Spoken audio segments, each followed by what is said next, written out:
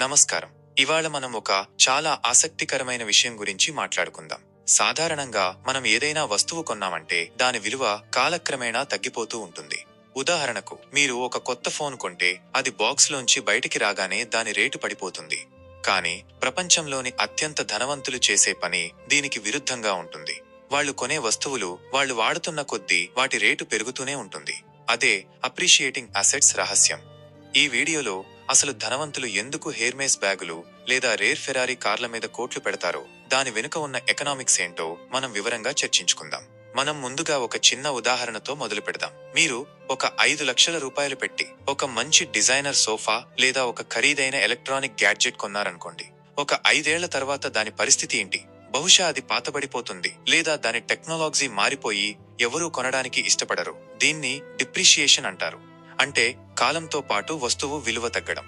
కానీ అదే 5 లక్షలు పెట్టి ఒక క్లాసిక్ వింటేజ్ వాచ్ లేదా ఒక లిమిటెడ్ ఎడిషన్ బ్యాగ్ కొంటే 5 ఏళ్ల తర్వాత దాని ధర 10 లక్షలు అయ్యే అవకాశం ఉంటుంది. ఇక్కడే ధనవంతుల ఆలోచనా విధానం మనకి అర్థమవుతుంది. వాళ్ళు ఖర్చు చేసే ప్రతి రూపాయిని ఒక పెట్టుబడిగా చూస్తారు. హెర్మేస్ బిర్కిన్ బ్యాగుల గురించి మీరు వినే ఉంటారు.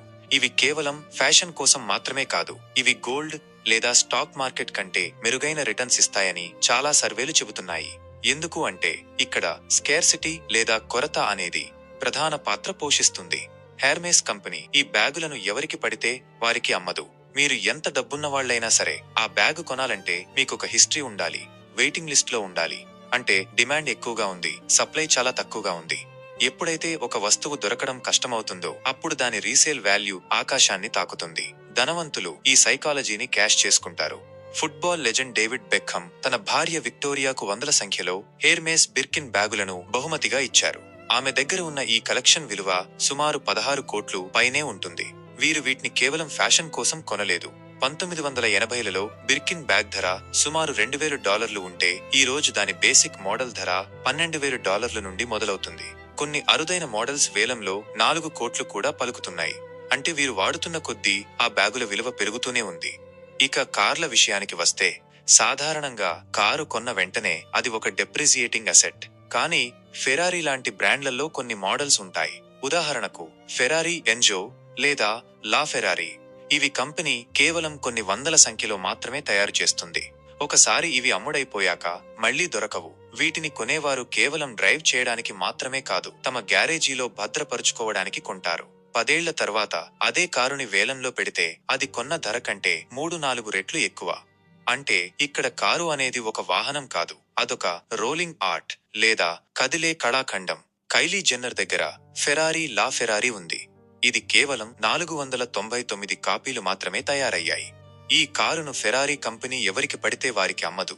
వారి దగ్గర అంతకుముందు కనీసం 5 ఫెరారీ కార్లు ఉంటేనే ఈ మోడల్ కొనే అవకాశమిస్తారు. ఇలాంటి ఎక్స్క్లూజివిటీ వల్ల కారు షోరూం నుండి బయటకు రాగానే దాని సెకండ్ హ్యాండ్ ధర డబుల్ అవుతుంది. సాధారణంగా ఎలక్ట్రానిక్ వాచీలు లేదా స్మార్ట్ వాచీలు 2 ఏళ్లలో వాటి విలువను కోల్పోతాయి. కానీ రోలెక్స్ సబ్మెరినర్ లేదా పాటెక్ ఫిలిప్ నాటిలస్ వంటి మోడల్స్ కథ వేరు.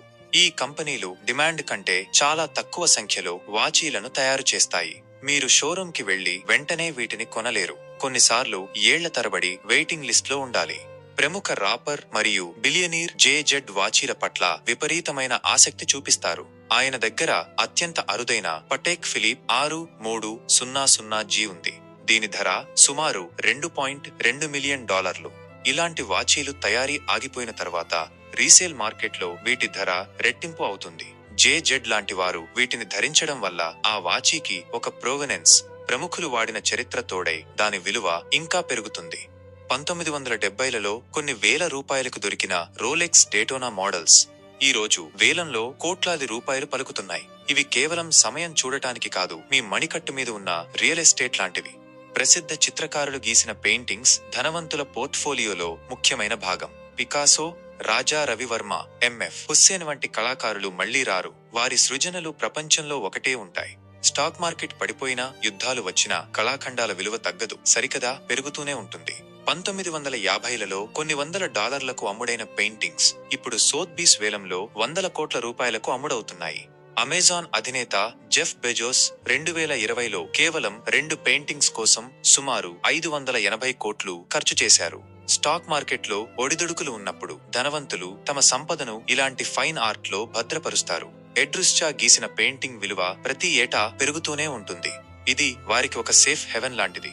సాధారణ మధ్యతరగతి ప్రజలు ఏం చేస్తారంటే తమ దగ్గర ఉన్న డబ్బుతో లగ్జరీగా కనిపించడానికి ప్రయత్నిస్తారు.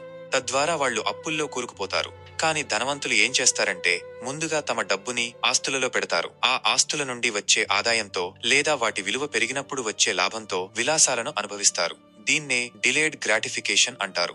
అంటే వెంటనే ఎంజాయ్ చేయకుండా సరైన సమయం కోసం వేచి చూడటం. ఇక్కడ మనం ఇన్ఫ్లేషన్, ద్రవ్యోల్బణం గురించి కూడా మాట్లాడుకోవాలి. రూపాయి విలువ రోజురోజుకు పడిపోతూ ఉంటుంది. కానీ ఇలాంటి అరుదైన వస్తువుల విలువ ఇన్ఫ్లేషన్ కంటే వేగంగా పెరుగుతుంది. ఉదాహరణకు పాతకాలపు వైన్ బాటిల్స్ లేదా fine art paintings. Picasso painting ని ఎవరైనా ఎందుకు 100 కోట్లు పెట్టి కొంటారు? ఎందుకంటే పికాసో మళ్ళీ పుట్టి ఇంకో పెయింటింగ్ వేయలేడు. అది ఒకటే ఉంది. ప్రపంచంలో ఉన్న ధనవంతులందరికీ అది కావాలి. ఈ పోటీనే ఆ వస్తువు విలువను పెంచుతుంది. ధనవంతులు కేవలం వస్తువుని మాత్రమే కొనరు, ఆ వస్తువుతో పాటు వచ్చే ఎక్స్క్లూజివిటీని కొంటారు. ఒక హెయిర్మేస్ బ్యాగ్ పట్టుకుని ఒక పార్టీకి వెళితే అది ఆమె స్టేటస్ ని చూపిస్తుంది. అలాగే ఆ బ్యాగ్ ని ఎప్పుడైనా అమ్మాలనుకుంటే కొన్న ధర కంటే ఎక్కువకే అమ్ముకోవచ్చు. అంటే ఆమె అక్కడ ఉచితంగా ఆ లగ్జరీని అనుభవిస్తున్నట్టు లెక్క.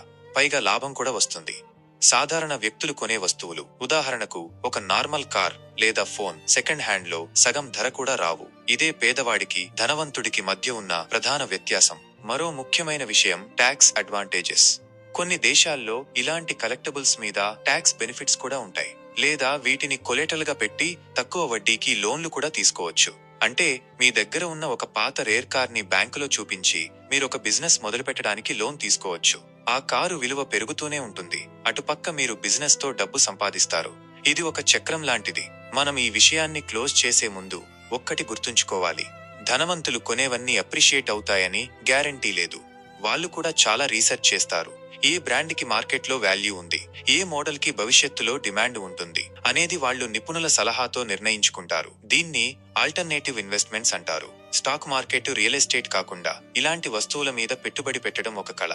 ముగింపుగా చెప్పాలంటే ధనవంతులు డబ్బు సంపాదించడానికి కష్టపడతారు. కానీ ఆ సంపాదించిన డబ్బుని కాపాడుకోవడానికి మరియు పెంచుకోవడానికి ఇలాంటి తెలివైన మార్గాలను ఎంచుకుంటారు. మనం కూడా ఏదైనా వస్తువు కొనే ముందు ఇది కేవలం ఖర్చా లేక పెట్టుబడా అని ఆలోచించడం మొదలు పెడితే ఆర్థిక స్వేచ్ఛ వైపు మొదటి అడుగు వేసినట్టే. ఈ వీడియో మీకు నచ్చితే లైక్ చేయండి, షేర్ చేయండి. మీ అభిప్రాయాలను కామెంట్స్ లో తెలపండి.